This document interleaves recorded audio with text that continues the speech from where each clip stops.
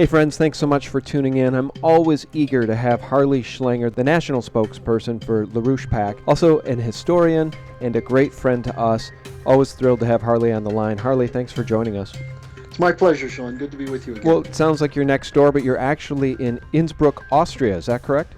Yes, I came here to visit my wife's parents and ended up doing some very interesting meetings while I was here.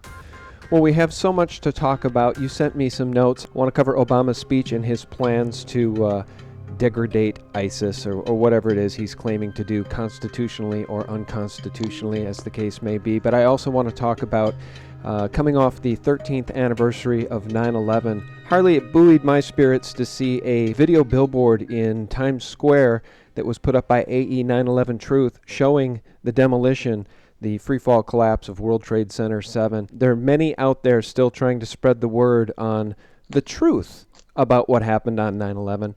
What are your thoughts on this 13th anniversary of 9/11? Well, I think the most important thing is that we have to understand that as history unfolds, there's a process of activity which includes a scripted part and then the so-called unintended consequences.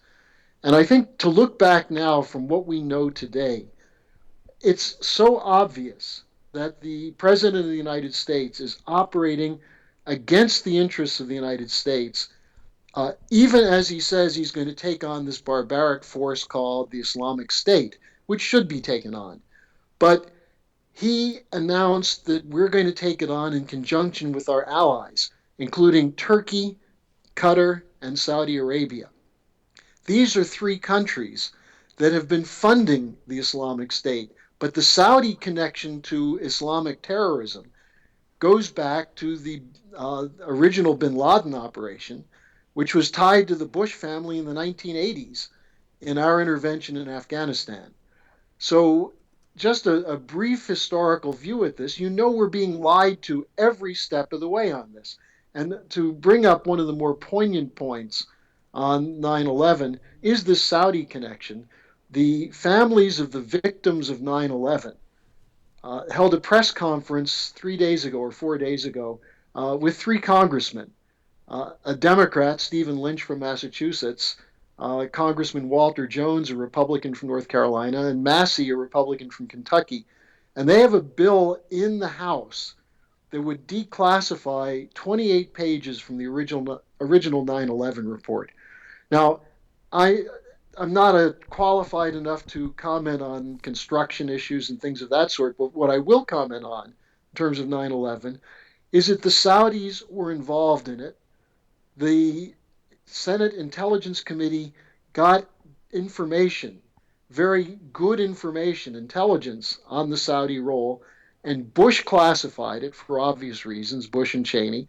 Obama promised the 9/11 families twice in face-to-face meetings that he would declassify that 28 pages. And he has refused to do so. And in the press conference at the National Press Club last week, 2 days before Obama's ISIS speech, one of the leaders of the families of the victims of 9/11 said, "Mr. President, you promised us twice, once as a candidate and once as a president, that you would declassify these pages. You lied."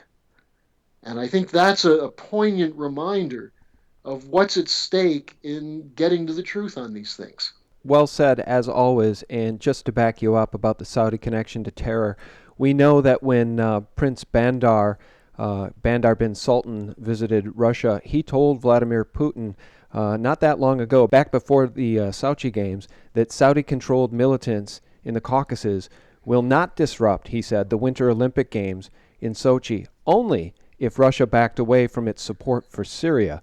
And Putin reportedly rejected that proposal.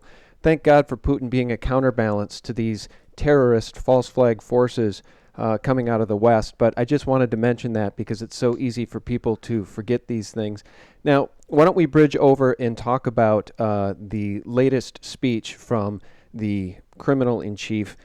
To your point, he's not acting in the best interests of our nation. He's certainly not acting in the best interests of the people. Not only would I agree with that, I would say that he's got a lot of help from people on the right like John McCain and Lindsey Graham, and people on the left like Pelosi, Reid, and Feinstein. And so it does seem to be a coup against the people at this point. So let's talk about Obama's speech and the saber rattling that apparently is going to get us deeper and deeper into Syria as we target ISIS. CIA created, I call it the rebranding of Al Qaeda. Harley, you can correct me if I'm wrong on that, but let's talk about the saber rattling. Let's also talk about this piece of news. According to Breitbart, the entire leadership of ISIS opposition has been wiped out by a unexplained explosion. Boy, isn't that convenient. Where would you like to start as it relates to Obama's recent speech? Well, let's just start with the speech itself. I mean, there are probably 8 to 10 points that one could show the president either lied or presented a catastrophic interpretation. I'll just take two of those. But before I say anything about it, I think the overriding factor that has to be identified is his arrogant disregard, his arrogant opposition to the Constitution. He said he can authorize the use of force without going to the Congress. But he said, I will consult with the Congress. And in a background briefing before his speech, an administration official said, we're using the 2001 authorization for use of military force in Afghanistan. So therefore, the Constitution and the War Powers Act do not apply. Now, that is just a plain lie. The president is not allowed to deploy U.S. military forces without the Congress unless there's an immediate attack or danger of an attack on the United States, which doesn't exist right now. What does exist is an out of control operation that was very much supported by the CIA, including training some of the leaders of the Islamic State, what became known as the Islamic State, used to be called Al Qaeda in Iraq. This operation has been funded by the Saudis, Qatar, and by Turkey. Weapons have been smuggled through Turkey to them, even though the administration says we're only arming the so-called moderate terrorists or moderate rebels against Assad. The fact is the administration has made it clear that it intends to eliminate the Assad government. And the Assad government is fighting against the Al Qaeda forces in Syria and Iraq. And so, look at this thing, you could see how these things blend together. The illegal support of terrorists, not just illegal, but completely insane support of terrorists to get a regime change in Syria. And I think my personal view, Mr. LaRouche's view, is the regime change in Syria was aimed at Russia. After Gaddafi was killed, Mr. LaRouche made a webcast in which he said the next target will be Syria, but the real target is Russia. And in doing this targeting of Assad, we have ample evidence that regime change doesn't work. Look at Iraq. Look at Libya. Look at Ukraine, where the regime change there, the Ukrainian military can't even defeat the anti-Kiev opposition in eastern Ukraine. So militarily then, what is the coalition we're putting together? Will there be Saudi boots on the ground? Will there be Jordanian boots on the ground? Turkish boots on the ground? No other country is going to put boots on the ground. It's going to be up to Iraq and to Syria and to some extent to Iran. So the United States is going to continue drone attacks, which I would argue are illegal, especially because we're killing people without due process, without a declaration of war. So that's another unconstitutional violation. But the most important thing is the president said repeatedly, I don't have to go to the Congress. Now, Sean, what's interesting is that a lot of Republicans are going to give him a go-ahead on that because they want war. You mentioned McCain, Lindsey Graham, some of these others, Ted Cruz. But what's starting to happen is that the Democrats are caught in a real pinch. They know that the Democrats are going to have a big defeat in the November midterm elections if they stick with Obama. Now, they're trying to judge whether the popular support for a war against ISIS will help them in November. And it's not going to, because it's not going to work. So, what you're seeing is a number of key Democrats, such as Senator Murphy from Connecticut, Senator Kaine from Virginia, uh, Manchin from West Virginia, a number of others have said you have to come to the Congress. And within the Congress, there's various kinds of opposition. Rand Paul is opposed to the way the president is doing this. So you have a potential for a bipartisan move to take down the real problem, which is Barack Obama. And that's why I can call him President Obama. I'd much rather call him former President Obama, and I'd rather that happen sooner than in 2017. Yeah, all right. Well, a couple of things here. You know, you say the problem is Barack Obama, and I know you, like me, believe the problem is much bigger than just Barack Obama. You could take Barack Obama out, and you'd be left with Joe Biden. You'd still have the military industrial complex, you'd still have the neocons, you'd still have all of the problems we have. And above all, you would have this, undying allegiance to the state of Israel.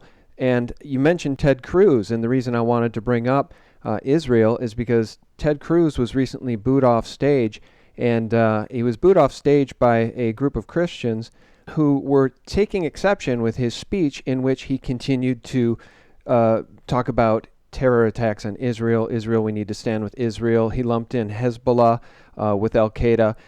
He lumped in Hamas with Al Qaeda, ISIS, with the whole thing he lumped in together. And he was booed for that. And he said to the crowd, quote, "If you will not stand with Israel and the Jews, then I will not stand with you," end quote. And he walked off the stage. And after I saw that video that was sent to us by our friend Mark Mann, I wasn't aware of it until Mark sent it. I wrote, "This is a very telling statement from Senator Cruz. Being that Jews make up less than 2% of the U.S. population and Israel is not the country Senator Cruz swore an oath to defend, one must now ask, did Ted Cruz pledge to serve Israel over his own constituents and his country? His own words suggest that is the case." End quote. And the reason I bring that up is not because I'm anti-Semitic. I have Jewish friends. You're Jewish. I love Jewish people. I feel like Israel and the state of Israel and Netanyahu is the problem. Because as you know, Harley, the ISIS leader Abu Bakr al-Baghdadi was trained by Israeli Mossad, according to NSA documents revealed by Snowden. And this isn't me making it up. This is coming from the Gulf Daily News. This is coming from globalresearch.ca. This is coming from very reliable sources. So when we talk about terror and false flag terror, do we not need to include the state of Israel in the formation and the fomenting of false flag terror, just as we've mentioned Saudi Arabia?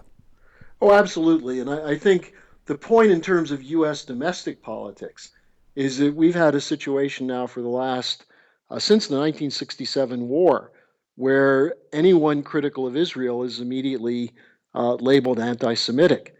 Now, that would mean that about half the population or more of Israel is anti Semitic. The problem is the way Netanyahu and his people operate is fear. And false flags are a part of that. But it's also this idea, and there's a very important book written by a man named Tom Segev, who's an Israeli historian. It's a book called The Seventh Million. And it's about maybe 20 years old. But what the point Segev made is that by turning Judaism into something synonymous with the Holocaust, people like Netanyahu can now argue that Israel can do anything it decides it has to do to defend itself, as though it were fighting the Nazis today. And the demonization of the enemies. The Palestinians, the idea that there was a war between Hamas and Israel. Hamas has almost no weapons that can strike Israel unless Israel invades and puts a few of their soldiers in front of bullets. This wasn't a war, this was a genocidal assault. And yet, so much of the Congress supported Israel completely. Now, to go back to your first point on Obama, Obama is the puppet at the moment running the operation on behalf of these broader interests. And I identify them, and we can get into this if you want, as the financial interests of the transatlantic theater of the Wall Street and the City of London. A group of bankers and financial networks, insurance companies that act over and above nations. And that's what Obama is who's giving Obama his orders. Now, if Obama were to be impeached, Biden would be under certain constraints. And I know from reading the comments to many of the past interviews you and I have done where this comes up, people say, well, impeaching Obama wouldn't do a thing because we'd have Biden. I completely disagree. If the American people were rallied on enough of a level, a powerful enough level, to force the gutless, corrupt Congress to move against Obama, that would represent a fundamental change in this country, which would challenge the power of the City of London, Wall Street, the Zionist lobby, and the others who are responsible for this crisis. So the sleeping giant here is the American people, because the only way you're going to get an impeachment is if enough Americans kick the rear ends of the Congress hard enough to get through to them that we're not going to support genocide in the name of America. We're not going to support corrupt regimes. We're not going to support murder. We're not going to support financial looting in our name by our leaders. And if that point is made, then people like Ted Cruz and others they're going to end up walking off the stage, fleeing from tomatoes and tar and feathers and everything else. It's that change which we have to create. Then you don't have to worry about Biden. Right. The real issue is who would put together the new presidency. And at this point, there aren't very many leaders who have the capability to do that. Right. A couple of thoughts. You and I so often will come at these issues with a cup half full perspective. The idea of returning to liberty, the idea of returning to a constitutional republic, the idea of overturning the Zionist entity, which has essentially run away with our government and is taking us into endless war after war after war. These conquests of imperialism that often seem to only end in destabilization and quagmires in the nations that we invade. I don't understand, Harley, how the American people can be so damn gullible at this point. I've made this point in recent interviews, I think with my friend Chris Duane and Jeff Nielsen, where I said, the American people are just so damn stupid. We may be the dumbest population collectively on the face of the planet, Harley, because if you just step back and you take a look at this ISIS rebranding, if the Pentagon, if the powers that shouldn't be were to tell us that Sotloff and Foley were beheaded by Al-Qaeda, I'm not sure that the American people would have rallied around this new cry for war in Syria and elsewhere. But because they rebranded Al-Qaeda as ISIS, they were out of boogeymen.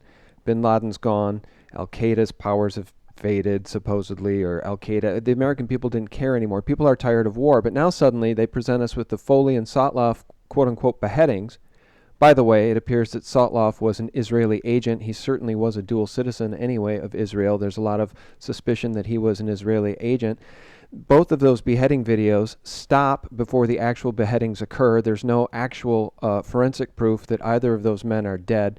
We don't know if those are false flag videos or, as I've noted to others, the executioner in those videos dressed in black has a British accent. Americans are just so damn gullible, Harley, because now it appears, according to polls, that Americans are more than happy to go into Syria because they're upset about these quote-unquote beheadings. Let me just jump in, Sheldon, because I think what the polls show is that the American people want something done, but they don't want American troops to do it. And they've bought into this idea of video game wars, that you can kill without risking lives and that you can do it cleanly. And, there's a certain degree to which people have bought into that. But there's something else going on here, which I think is the reason I always come back to the financial impulse or intent behind these wars. Look, the financial system is really weakened. I went to a very significant conference in Europe. It's called the Alpbach Conference in Austria. And it's where people come and talk about the state of the EU and how the European Union's doing.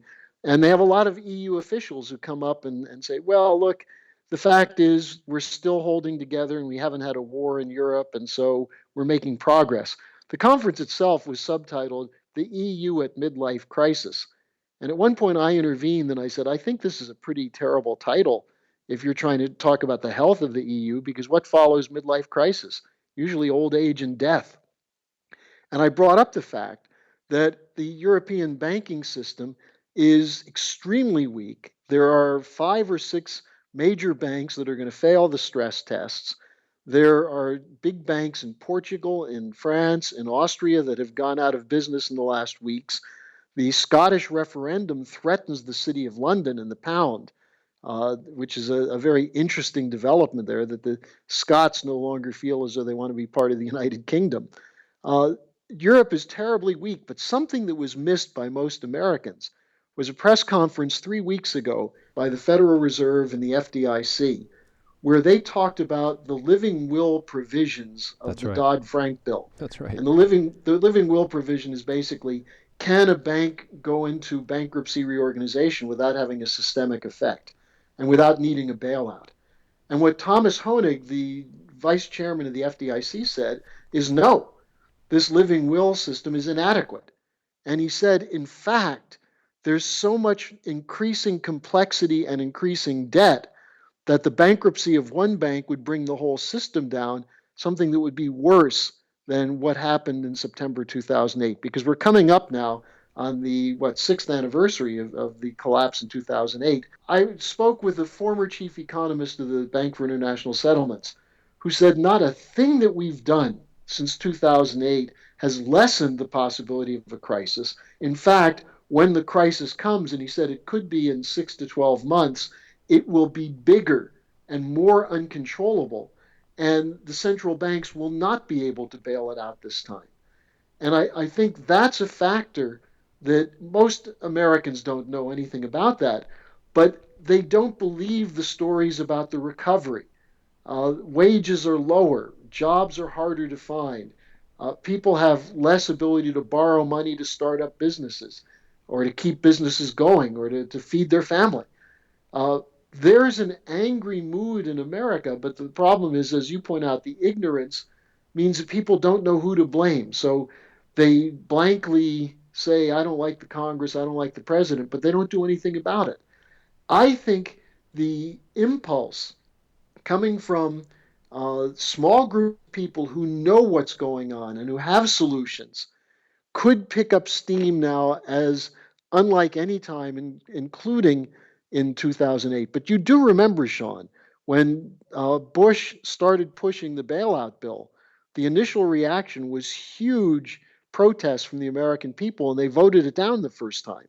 Yes, yes, that's right. They did vote it down the first time, and then I think it was somebody from Goldman Sachs It was named actually Paulson. Paulson Paulson. just said Yes, we're Paulson facing. threatened Congress and said the whole system comes down if you don't give us this money. He said it's Armageddon, and of course Paulson was from Goldman Sachs. He was Bush's Treasury Secretary. And he said the whole system will come down if you don't give us the money. And then the most important thing is that Obama and McCain were brought into Washington. And while McCain was a little resistant at first, Obama was gung ho for the bailouts, something that very few Democrats knew when they went and voted for him in 2008. So the whole game has been rigged, but it's based on the idea that people don't think there's an alternative. You have to bail out the big banks. You have to support Israel. You have to stick with the president. Or you have to stick with impotent Republicans who at least say they don't like Obama.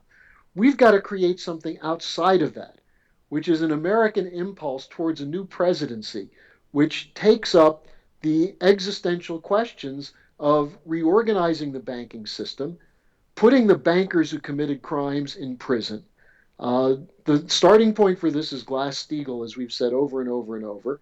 But then you need a credit system so that we can start gearing up American industry and American entrepreneurism so that we can get out of this crisis by producing more. And these are simple kinds of things. Up to this point, no one in the Congress has had the guts to put this forward. I think the starting point is the anger at the economy, the anger at the idea of unlimited long term war. Cameron, by the way, when he was asked, is this going to be a 2-year war? He said it's going to be a generational conflict. Yes, a generational conflict and a war against terrorism that would go on for 100 years. It's clearly what they want, but they're running out of time. Now, you mentioned the Scottish referendum. I want to circle back to that just Yeah. to the degree that their house of cards is collapsing, and I think it's very exciting that there is this Scottish referendum, and the Scots want to break free from the UK and British rule. And it was Soros who came out recently and said this is the worst possible time for this to happen, of course, because he's panicking and they see their New World Order collective beginning to fall. And maybe that's wishful thinking, but as you and I talk about all these things, that is where the chips are falling. Everything is lining up for their control over the EU to fall apart. We know, for instance, Harley, that first Germany and now Austria, where you are, has demanded an audit of its offshore held gold. We know that their paper Ponzi system is absolutely collapsing.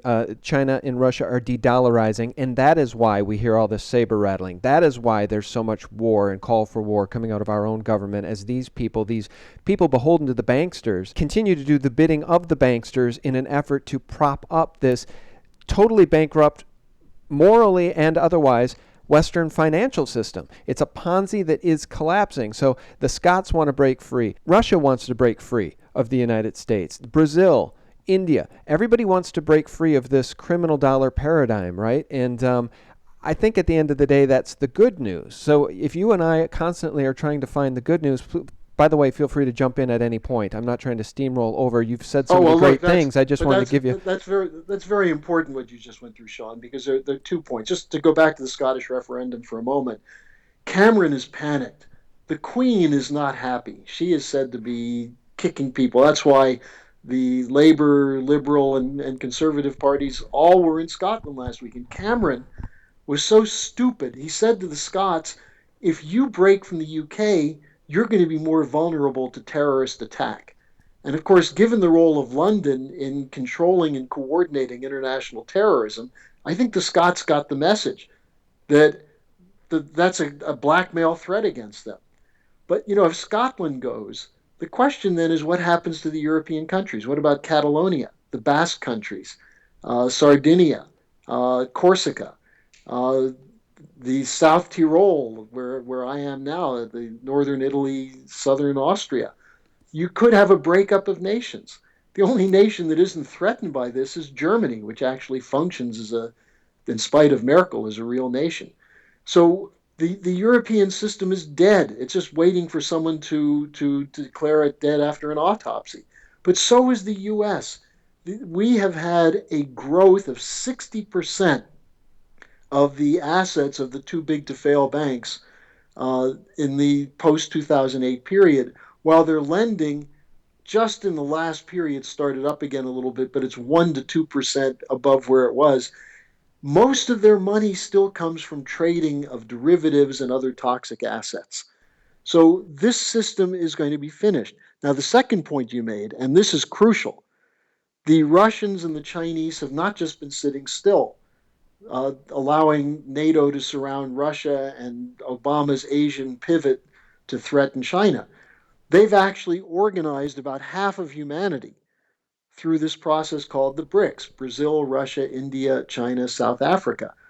And you have, along with them, many other countries that are saying, can we get loans? Can we get in on this? Because what the BRICS are saying is, we will loan you money without conditions. The only condition is that you use it to build something. And you see what the Russians are doing, what the Chinese are doing with space and with high speed rail technology, new strategic metal development, and so on. And what are we doing? iPhone 8 or whatever the hell it is that came out last week, Apple Watch. These are clearly toys for wealthy people in a declining and collapsing empire. Yeah, in their distractions. I wanted to talk about the good news, and I think this is a really good segue to the good news. Because you and I, again, we try to talk about cup half full solutions, liberty, re-implementation of Glass-Steagall, and so many other things. You guys have been talking, and I want to circle back to this. You guys have been talking a very long time about NAWAPA, the North American Water and Power Alliance, and I want you to touch on that, Harley, because for the first time for many Americans, they're going to start paying attention because the drought in the American Southwest is so horrific and now reaching such a cataclysmic degree of seriousness that I think people who are even among the most brainwashed, those who live in California, those who live in Nevada, those who are faced with literally their taps being turned off if this thing continues, and for people who think I'm using hyperbole, you should know that it's been said that if Lake Mead drops another 7%, Las Vegas will be cut off because it gets 90% of its water from Lake Mead. This is so serious, Harley, this drought situation, and you guys at LaRouche have been talking about NAWAPA for how long? Decades? Well, And tell people about what that is. going It's the back to the largest early '80s. We it's the picked it up in the largest early water, '80s. right, and it would be the largest water infrastructure program. And we'll tell people about it. Tell us how that would be a solution for what we're seeing in in America's Southwest. Well, in the '60s, it was obvious that if you were going to expand the United States westward as a part of a productive economy as opposed to a Hollywood Vegas casino, that you needed water. And there were books written in the '60s. Senator Frank Moss, Jim Wright wrote a book called The Coming Water Crisis. It was obvious. And so when we still thought big during the period of NASA and so on, the idea was that we could make projects that would solve these kinds of problems, bring water from Alaska. This would be a jobs program. It would be engineering. It would require heavy machinery and all kinds of equipment so that it would have ripple effects through the economy. The project would be much, much bigger in terms of spin offs than NASA. And NASA returned $10 in private contracts for every dollar the government spent. So we're talking about actual productivity growth in real product as opposed to speculative looting and Ponzi schemes. And so again, you're coming up against the same bankers. Who funds environmentalism? Yeah. Who is it who's unwilling to have the government spend money in areas that will actually improve things, but they're more than willing to have the government bail out bankrupt banks and insurance companies and bankrupt hospitals with the Obamacare. That's right. And So the priorities are all wrong, Sean. And we talked about this. You and I talk about this a lot. The morality question. Our nation was founded on the highest moral principle, the idea that we will defend the general welfare for ourselves and our posterity. We now have no conception of what to do in the future, except for a small group of venture capitalists and speculators who figure as long as people are stupid, they can be taken for bigger and bigger amounts. And that's not a survivable future. no, it's not sustainable. Everybody talks about what is sustainable. We don't have a sustainable future economically in this country if we do not get people into government who care about people, who care about humanity, because this monster that is now in control of our government only wants to feed the beast. And the beast is the banking system, the military industrial complex, and all of the progeny which comes from those two industries, which is war and death and debt. And the world is sick and tired of it. As you've pointed out, China and Russia are really winning over half of humanity at this point by trying to do infrastructure programs, by trying to do things that are actually the point, Well, let Harley. me just jump in here because something that you'll appreciate. Uh, you had Mrs. Helga Zepp-LaRouche on the program in January talking about, warning about what was coming up in Ukraine. She was in China the last 3 weeks, where she's very well known as the Silk Road lady, the Hmm. Eurasian Railroad, the high speed rail system that's being developed by China in collaboration with Germany, but now India, Thailand's getting in on it, South Korea. And Mrs. LaRouche was invited to speak at a number of conferences and had a chance to meet with many, many people. And one of the things they said is that the Chinese have discovered Lyndon LaRouche as a physical economist and that they appreciate what he says about the American system. That the American system, when it's applied, that is, science, technology, and credit for those kinds of productive policies, it works. Whereas the Soviet system, the communist system, the free trade system does not work.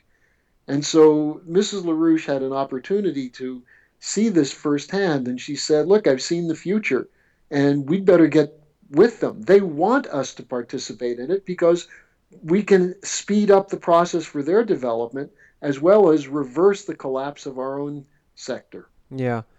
Well, I know that people get very skeptical about the big picture and, what is the big picture? So maybe we should just end on the big picture. And one of the things that popped into my head as we were talking is that I think I've mentioned this to you before. There's a researcher who talks about strategic relocation, I think is his specialty. His name is Joel Skousen, and he's talked many, many, many, many times. It's sort of the benchmark of what he talks about.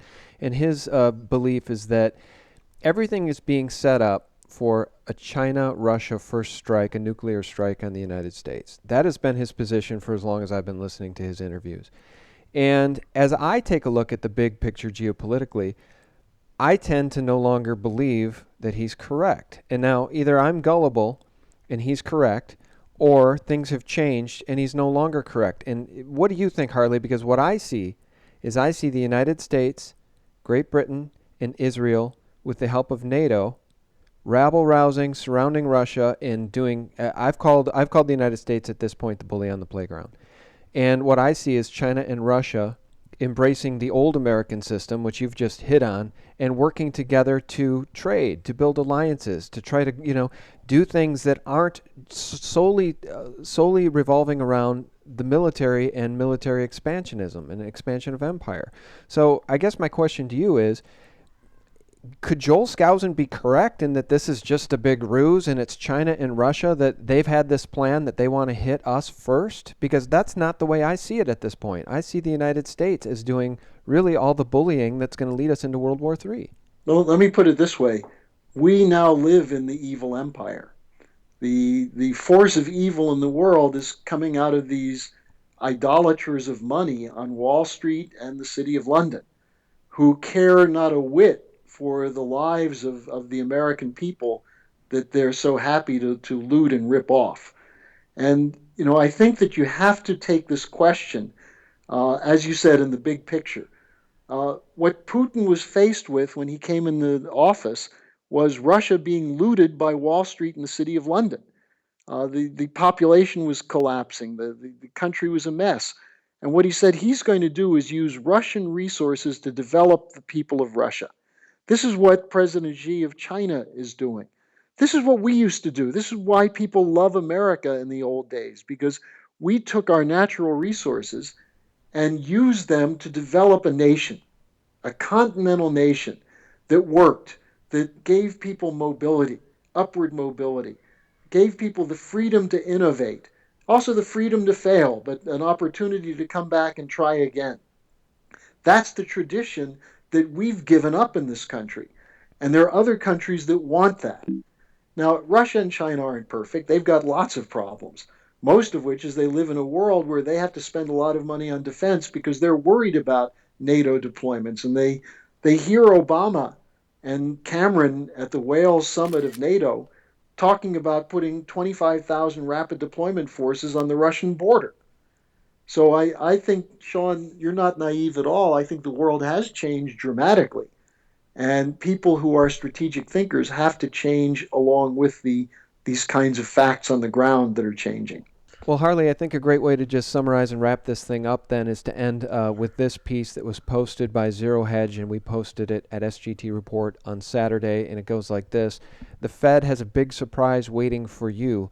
The U.S. economy is dead, and the Fed has known this for a long time. It goes on to talk about QE and ZERP and giant bailouts for the banks, and it concludes by saying, the Fed can't revive the U.S. economy. That's just a foolish notion, but it can suck a lot of wealth out of it. And that's what it's doing as you talk about the big banks and, this Ponzi scheme, which is now collapsing. The truth of the matter is it's time for people to wake up and put on the big boy pants because it's not going to get any easier for us. Well, people have to face the truth, and people don't like to do that. And hopefully, there are enough of us around that are going to keep pushing the truth so that when push comes to shove, there'll be an alternative. There is an alternative available, and people really need to move with it. Yeah. Well, and to find out more about what those alternatives are and learn about NAWAPA and other great solutions coming from you folks over at LaRouche, why don't you direct people to the website you'd want them to visit? LaRouchePAC.com is updated daily, and LaRouchePub.com is the Executive Intelligence Review, which is still one of the best private intelligence sources in the world. So Those two sites, LaRouchePUB and LaRouchePAC.com. Well, we always consider ourselves very fortunate to be able to spend time with you, Harley. You're just a great friend and a great friend of liberty. So thanks for spending the last 45 minutes with us. It's my pleasure again, Sean. All right. Guys, thanks so much for tuning in. Thanks for checking us out at SGT Report and thelibertymill.com. And do check out LaRouchePAC and all the great work coming from the folks at LaRouche. Glass-Steagall's just the tip of the iceberg. It's one of the ways that we take the republic back. The other way is to impeach Barack Hussein Obama. Barry Soetoro, whatever you want to call him. Thanks so much for listening. Harley, thank you, and have a wonderful week. Okay, Sean, you too. All right, bye-bye. Bye. Bye, guys.